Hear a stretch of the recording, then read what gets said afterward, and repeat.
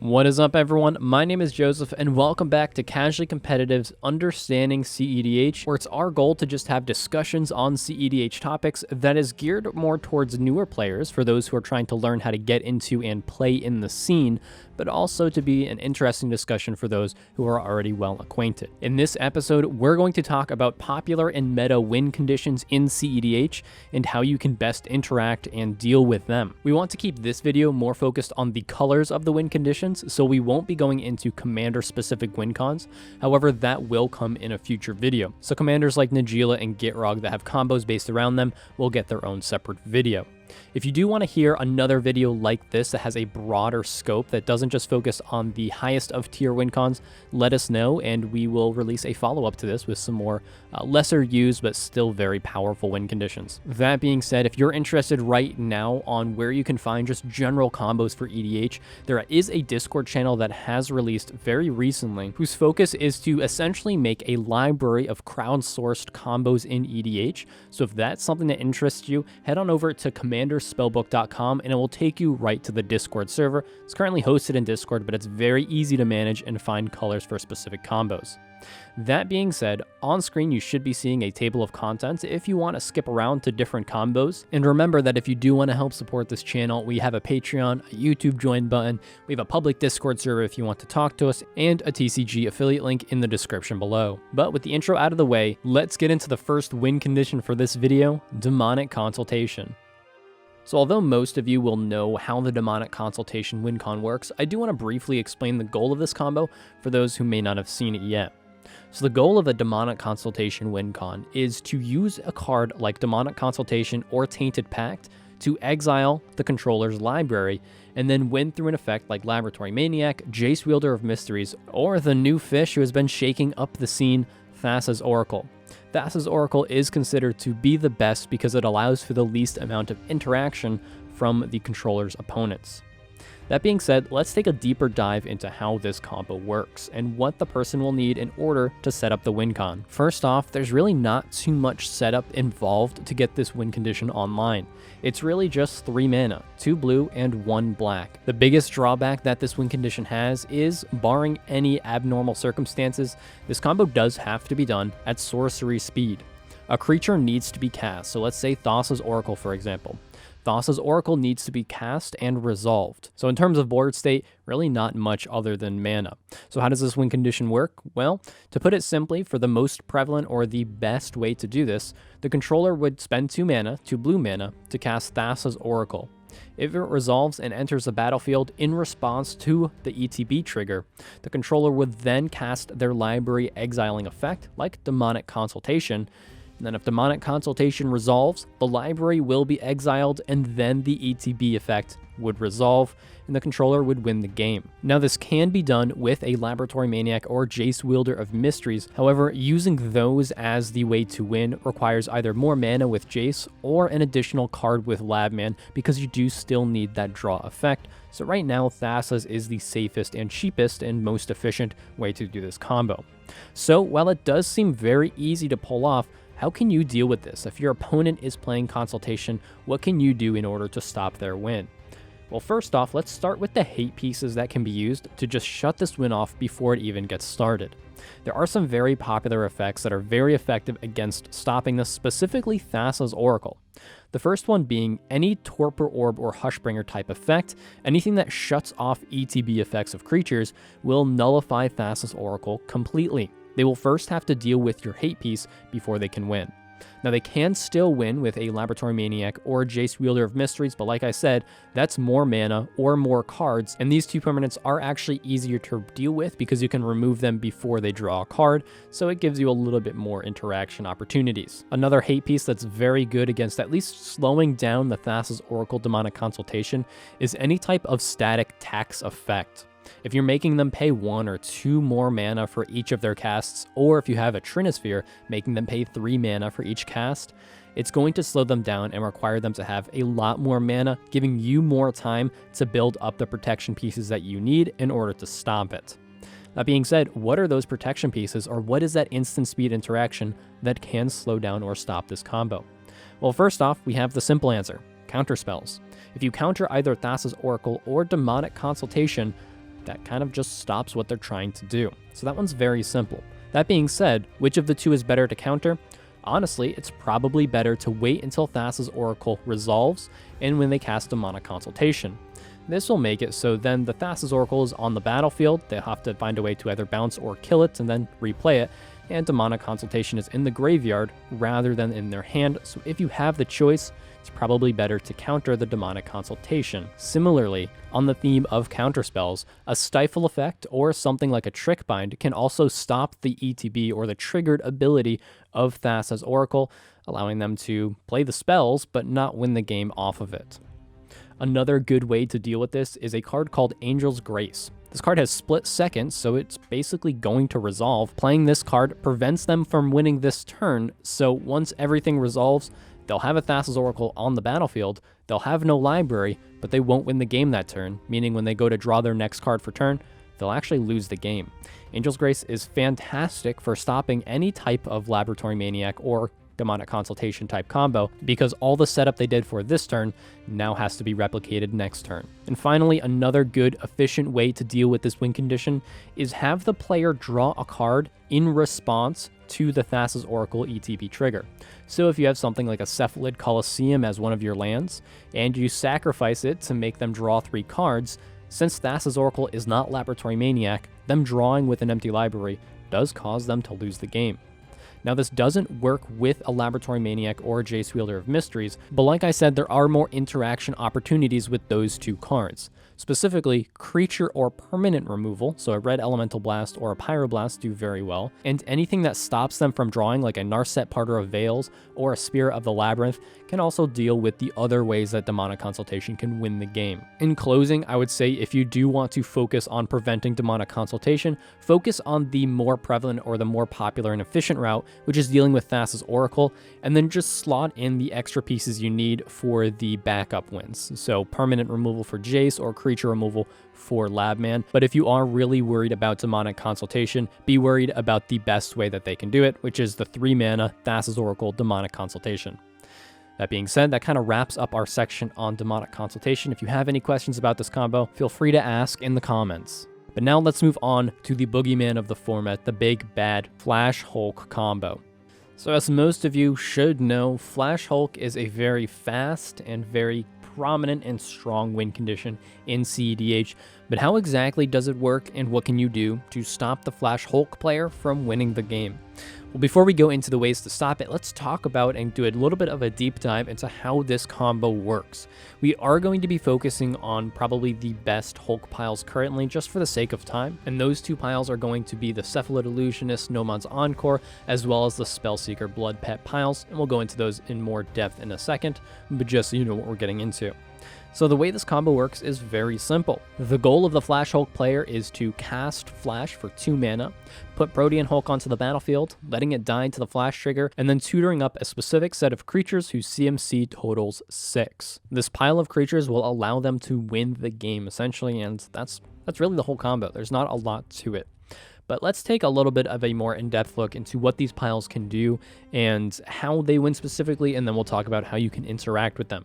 So first off, what is the required setup for this combo? Well, really simply, they need 1 blue mana, 1 colorless mana, and at least 2 cards in hand, those cards being Flash and Protean Hulk. Now, it's very rare that you'll know what cards are in their hand, but that is the setup that is required in order to win. Keep in mind that this combo can be done at instant speed, so if they have this set up at any point in the game, they could be threatening a win. So let's say they have everything they need, they cast Flash, put Protean Hulk onto the battlefield, it then dies. What do they search up? Well, the first and probably best pile is a pile consisting of Thassa's Oracle, Nomad's Encore, and Cephalid Illusionist. Now, the way that you would handle this is you would allow the Cephalid Illusionist to enter first, and then Nomad's Encore, and then Thassa's Oracle. When Thassa's Oracle enters the battlefield, in response to the ETB trigger, you activate Nomad's Encore to target Cephalid Illusionist, and since it's being targeted, you would put the top 3 cards of your library into your graveyard. You repeat this process until your entire library is milled, and then you allow the Thassa's Oracle ETB trigger to resolve, and then the Flash Hulk player wins the game. And the second pile of creatures that's considered to be efficient and optimal is Blood Pet, Spellseeker, and Thassa's Oracle. The way this pile works is the Flash Hulk player lets these 3 enter the battlefield and then resolves the Spell Seeker ETB trigger first. Off this trigger, you search up Demonic Consultation to your hand, and then in response to the Thassa's Oracle ETB trigger, you sacrifice the Blood Pet for 1 black mana to cast Demonic Consultation, exiling their library and then winning the game off of Thassa's Oracle, very similar to just the regular Demonic Consultation Wincon. And that's it. Those are probably the 2 most prevalent Hulk piles currently, and normally they're played in tandem with each other, using the Spell Seeker as the backup pile to the Cephalid Illusionist Nomad's Encore pile. So with that all being said, how can you, the person playing against this combo, interact and deal with a Flash Hulk player? Luckily, since both of these piles actually win off of Thassa's Oracle, a lot of the hate pieces and control pieces are similar between the 2 piles. First, let's talk about the hate pieces that can stop this from even happening. The first hate piece we'll talk about is a Torpor Orb type effect that pretty much eliminates any ETB triggers from creatures. Hushbringer is another very strong piece because that not only shuts off ETBs, but also leaving the battlefield triggers, making Hulk not even trigger in the first place. Next up, in terms of permanents that you can have to stop this combo from taking place, is any anti-tutor type effect. Even Mind Sensor is a very good example of this because it prevents them from searching the creatures off of the Hulk trigger. Other examples of efficient permanents that have this effect are Stranglehold or Ashiok Dream Render, which again prevents searching. There are instant speed cards that do something similar, so Shadow of Doubt is a 2 CMC instant spell that prevents searching. However, it is slightly less efficient since it is instant speed and it won't remain on the battlefield as a static effect. However, it can work in a pinch. The last hate piece that we're going to talk about is effects that stop creatures from entering the battlefield from a library. And the 2 big examples for this are Grafdigger's Cage and Containment Priest. Both of these permanents will pretty much shut down everything the Flash Hulk player is trying to do, so chances are if you have one of these on the battlefield, they'll need to remove that before they can even try to win the game.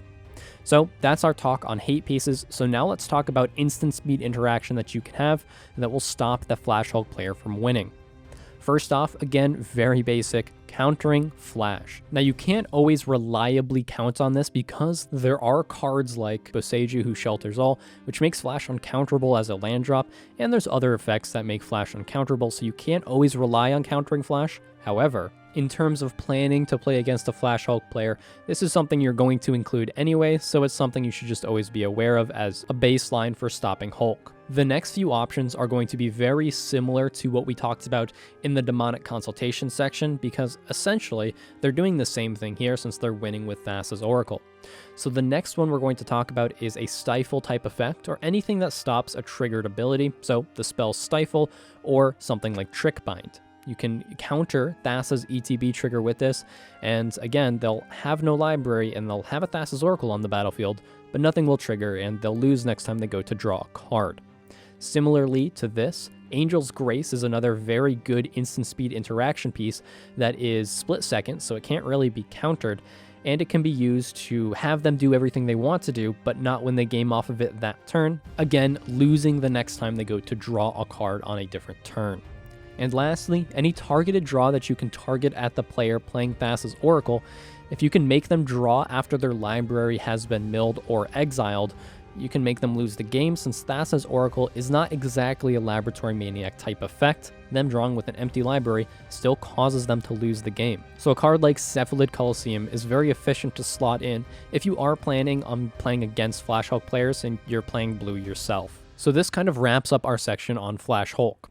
While it is a very strong and efficient way to win the game, it's not unbeatable, and keeping these things in mind when going against someone who is playing Flash Hulk will help you better prepare your turns and know what to expect during the game. So now with Flash Hulk and Demonic Consultation out of the way, let's talk about something that isn't as overpowering, but is still very strong, and that is food chain-based Wincons. So let's start off with a summary of how food chain-based decks win. Simply put, the goal is to generate infinite creature mana using food chain and a creature that can be cast from exile, and then with the infinite creature mana, continually recasting their commander to get an effect that wins the game. For example, a commander like the First Sliver essentially allows you to recast the First Sliver and cascade through your library, casting the exact spells you need to in order to win the game. game. So now that we've gone over the basics with how food chain wins, let's take a deeper dive into the setup required and how the combo actually works. First off, when talking about food chain, it doesn't have to be in a 5-color deck like the First Sliver. The First Sliver is probably the strongest food chain commander, however, it can be efficiently used to combo off in as little as 2 colors. The only real requirements for building a deck around food chain is the commander needs to be able to win the game by continually recasting it, and access to green. Now, you can technically do this with just mono green. However, to the best of my knowledge, there's no mono green commanders that can be abused by food chain well enough to make it super efficient, but those would be the base requirements. Other popular food chain commanders, in addition to the First Sliver, are a 3-color Sidisi Brood Tyrant, both Prosh and Korvold for the Jund colors, and there are quite a few Simic commanders that can work well with food chain, like Uro, Titan of Nature's Wrath, and Tashana, Voice of Thunder. There are other commanders that can be abused by food chain. These are probably just the most prevalent and the most efficient, but really any commander that can win the game off of being recast an infinite amount of times and has access to at least green and another good food chain supporting color like blue can technically be used with food chain. Just for the sake of time, we're going to limit it to those. Now, with the commander choices and colors out of the way, let's talk about what other setup is needed for food chain to work. First off, you need to have food chain on the battlefield in order to activate it. Next, you need to have one of the creatures that you can cast from exile exiled. These cards are Misthollow Griffin for blue, Eternal Scourge for colorless, and Squee the Immortal for red. Squee can actually be cast from either your graveyard or exile, so that one's a little bit more flexible. So that's the required setup. How does this combo generate an infinite amount of creature mana? Well, first off, if you have food chain on the battlefield, all you need to do is cast one of those exiled creatures. Once it enters the battlefield, you exile it with food chain to generate more mana than you use to cast it. You then use some of this creature mana to recast it from exile, again activating food chain, exiling it, and repeating this process until you have an infinite amount of creature mana. Once you have this mana, you can either recast your commander to play your perfect spells like the First Sliver, or if you have something on the battlefield like an Impact Trevor's, just continually recasting that creature from exile will win you the game. So that was a little bit of a long explanation for food chain, and we could even go more in depth, but we're not going to for the sake of time. This is just one of the more versatile combos that can be used in a wider array of decks and with a wider array of commanders. That being said, let's talk about how you can interact with it. As a person playing against food chain, how can you stop them from winning?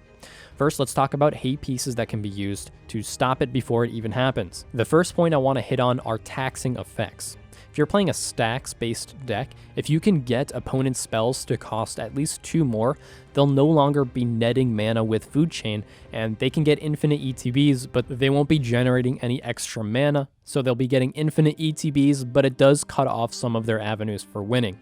That's one big thing you need to keep in mind when trying to prevent food chain wins, is that there normally are a few different ways to win with this, so sometimes you have to read the board to know specifically what hate pieces are prevalent or good to play against this player. The next hate piece that can be situationally good against some food chain decks are anti-draw cards. If you're playing against a Korvold, for example, Korvold can be used to draw a lot of cards with the infinite creature mana, so something like a Notion Thief or a Narset Parter of Veils or a Spirit of the Labyrinth can really slow them down and make them get more pieces in order to win the game, and they can't use their commander to find their win, they have to have the win in hand.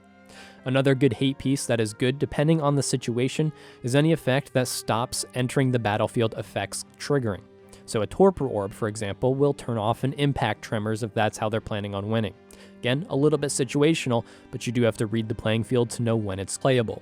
Lastly, for hate pieces, a really good way to stop a lot of how food chain works is a silence type effect, or something that only allows players to cast 1 spell per turn.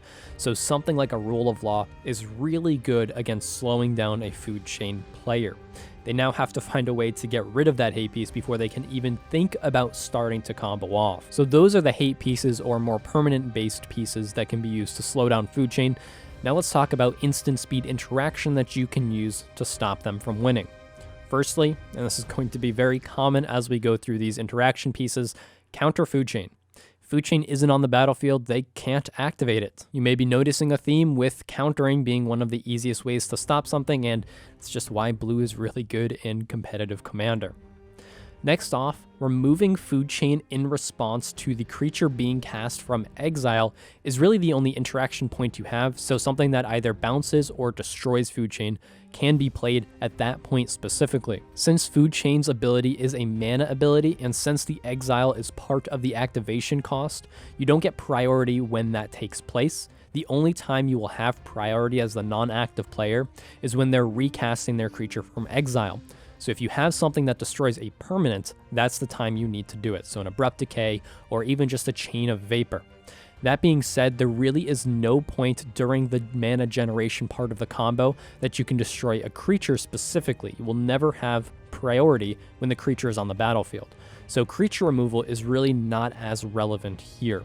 So keep that in mind when building to play against a food chain based deck. So that wraps up our discussion on how food chain works and how to interact with it.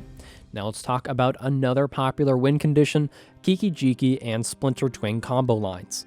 For this combo line, we decided to combine both Kiki Jiki Mirror Breaker and Splinter Twin since they combo with a lot of the same cards. Before we take a deep dive into how this combo works, let's give a simple overview on what this combo seeks to do.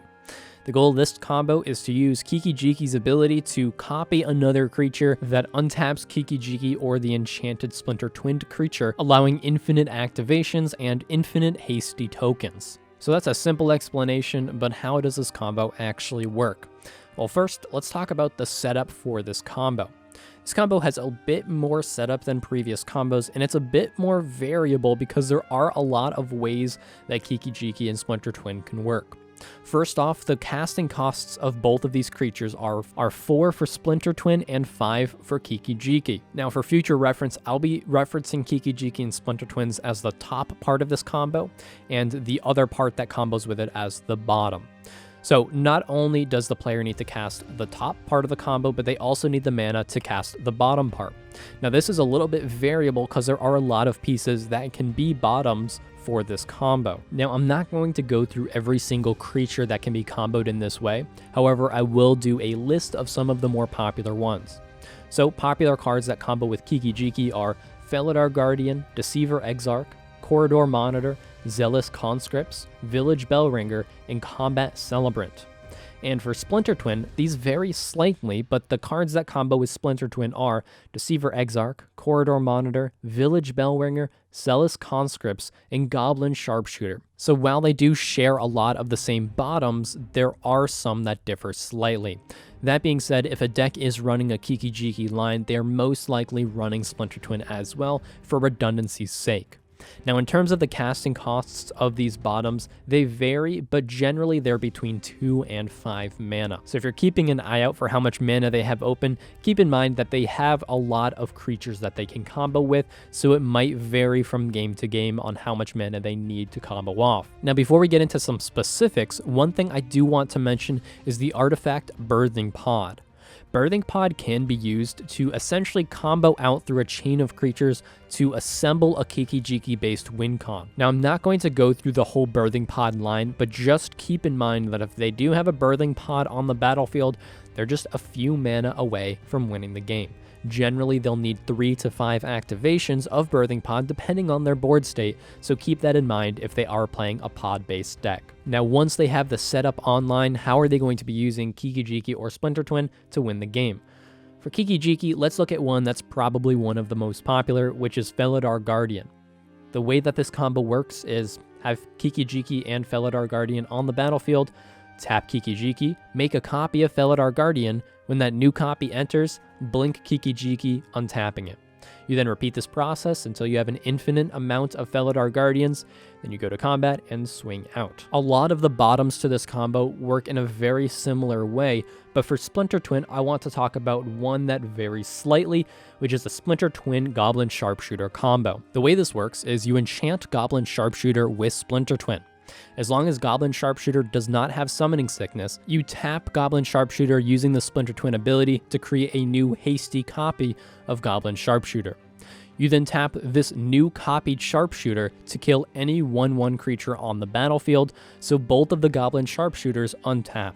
You now have 2 untapped Goblin Sharpshooters. The next thing to do is tap your original Goblin Sharpshooter to create a 3rd Goblin Sharpshooter, and then tap either of your new hasty sharpshooters targeting the other one. In response to that 1 damage, tap the one being targeted to deal 1 damage to any player. The damage will go through to that player, and then the targeted goblin sharpshooter will die, untapping your original 2 goblin sharpshooters, allowing you to repeat this process.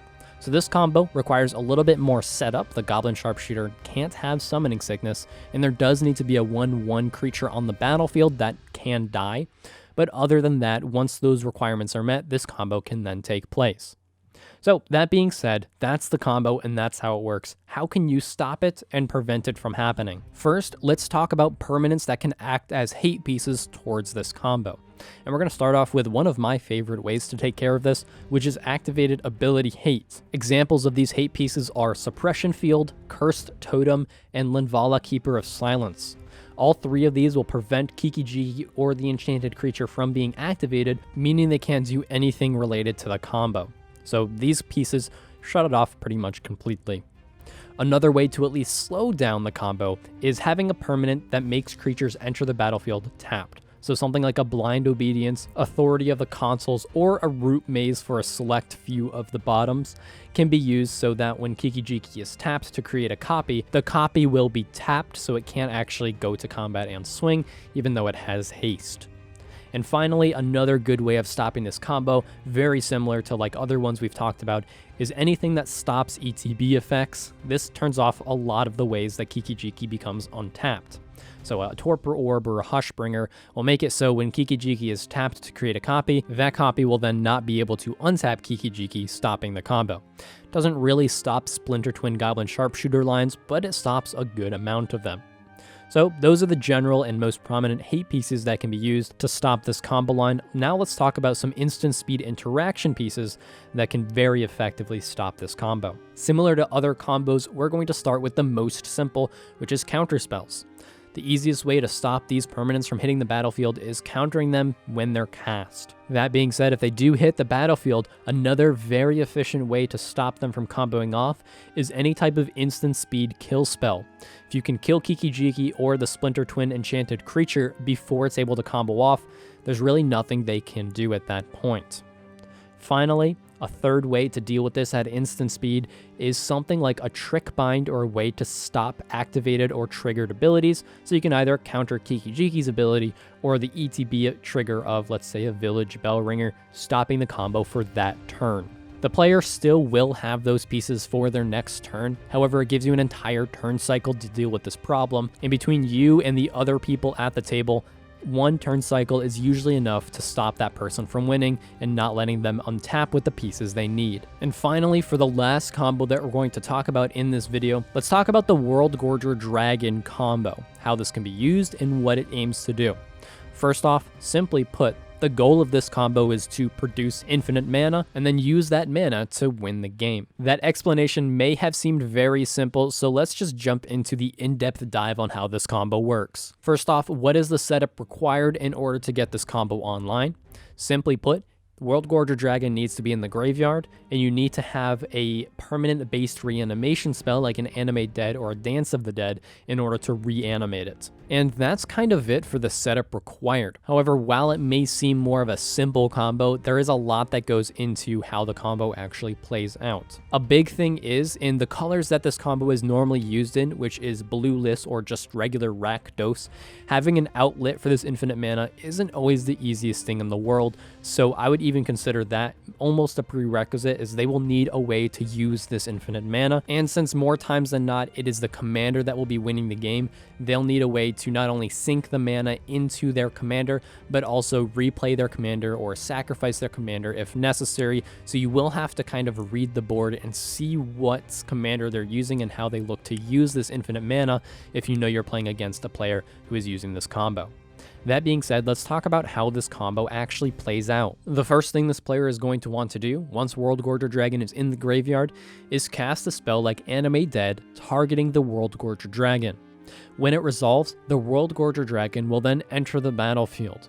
When it enters the battlefield, its ETB trigger will go on the stack to exile all permanents that player controls. In response to this effect, that player will tap all untapped lands to float the mana, and then allow the Worldgorger Dragon trigger to resolve, Exiling all permanents. When the Animate Dead is exiled, the Animate Dead's trigger will go on the stack to sacrifice Worldgorger Dragon. When Worldgorger Dragon is sacrificed and put into the graveyard, all of that player's permanents will come back untapped and including Animate Dead. When Animate Dead enters the battlefield, they retarget Worldgorger Dragon to replay Worldgorger Dragon, and in response to the Worldgorger Dragon's ETB, again, tapping all mana sources, floating the mana, and then repeating this loop to generate infinite mana. This loop is stopped by the controller targeting something else with Animate Dead other than the Worldgorger Dragon. Like I mentioned previously, once this infinite mana is generated, all they need at that point is a way to use the infinite mana, so something like a Kroxa or a Breya or a Zoncha in the command zone, or something like a Comet Storm or Exsanguinate in their hand in order to dump all their mana into and finish off their opponents. So now that we've gone over the combo and how it works, how can you, the person playing against this combo, deal with it, stop it from happening, or for this combo specifically, take this person out of the game completely? First off, let's talk about hate pieces that can be used to prevent this combo from taking place in the first place. First is anything that prevents graveyards from being a useful resource. So something like a Rest in Peace that exiles all graveyards, something like a Leyline of the Void, or something like a Grafdigger's Cage that doesn't allow creatures to enter the battlefield from the graveyard will turn off this combo completely. They won't be able to reanimate Worldgorger Dragon, and they'll just be stuck with a large creature in their graveyard and a reanimate spell in their hand, and it will just prevent them from doing anything until they get rid of that permanent. Another good permanent hate piece that can be used is, again, very similar to other sections that we've talked about, anything that prevents ETB effects of creatures. So a Torpor Orb or a Hushbringer will make it so when the Worldgorger Dragon enters the battlefield, nothing happens. They won't be able to generate infinite mana, and sure, they'll have a 7/7 Flying Trampler on the battlefield, but they won't have infinite mana. So those are some good static hate pieces that can be used to stop this from happening. However, if it does happen, what interaction can you use in order to stop it mid-loop? Now, I might sound like a broken record at this point, but counter spells will stop this from happening. Countering the reanimate portion of this loop will stop it from happening in the first place. And again, very similar to other sections we've talked about, any stifle effect can also stop this loop.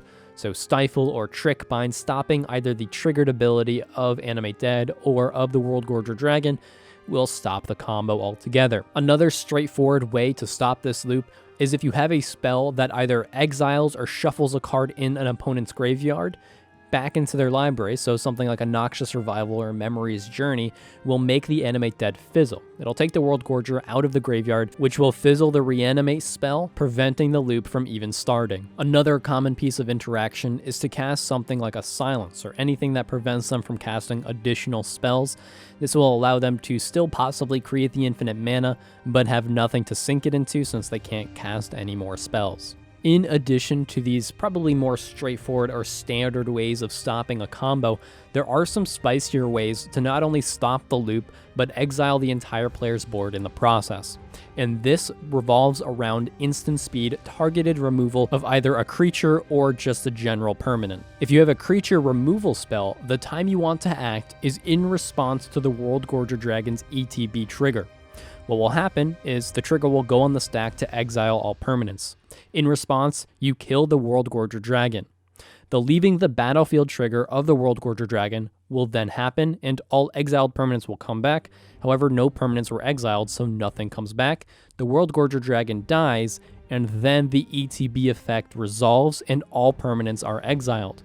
So it will leave them in a state where Worldgorger Dragon is in their graveyard, but they have no permanents on the battlefield. This can also be done with any bounce spell as well if you're playing blue. If you bounce the Worldgorger Dragon at the same point, it will do the same thing, except instead of Worldgorger being in their graveyard, it'll be in their hand. Now, if you don't have a creature bounce or destruction spell, and you have something that just targets any permanents or enchantments specifically, like a disenchant, if at the same point in interaction, when the ETB effect of the Worldgorger Dragon goes on the stack, you get rid of Animate Dead, the same product will happen. So the animate dead will leave the battlefield, Worldgorger dragon will die, the LTB will trigger, and then the ETB of the Worldgorger dragon will trigger, exiling all permanents. So there are two different ways to interact with the stack, and a few different pieces of interaction that can be used, those being just any permanent removal spell, a creature removal spell, or specifically an enchantment removal spell. If given the option, this method of interaction is probably the most ideal way to deal with this player, because not only does it stop their loop, but it takes them out of the game completely. That being said, that does wrap up our section on the Worldgorger dragon combo. And with that combo, that does wrap up the group of combos that we wanted to talk about in this video. Remember, if you do want to see a part 2 of lesser played combos, let us know in the comments and we'll put that list together. And be expecting a similar video to this, but with combos that are very commander specific. So something like Najila or Gitrog will be in that video, where we will be able to explain these combos in a little bit more depth. That being said, we do hope you enjoyed this video. If you have other topics for these understanding cEDH videos, let us know in the comments of what you would like to see or what you would like a discussion topic on, and we'll see what we can do. We do plan to release these every few weeks, so if there's a topic you really want to hear talked about, we should be able to get to that before too long. That being said, that is all we have for this video. Again, we do hope you enjoyed it. Again, I am Joseph. This is Casually Competitive MTG, and we will see you next time.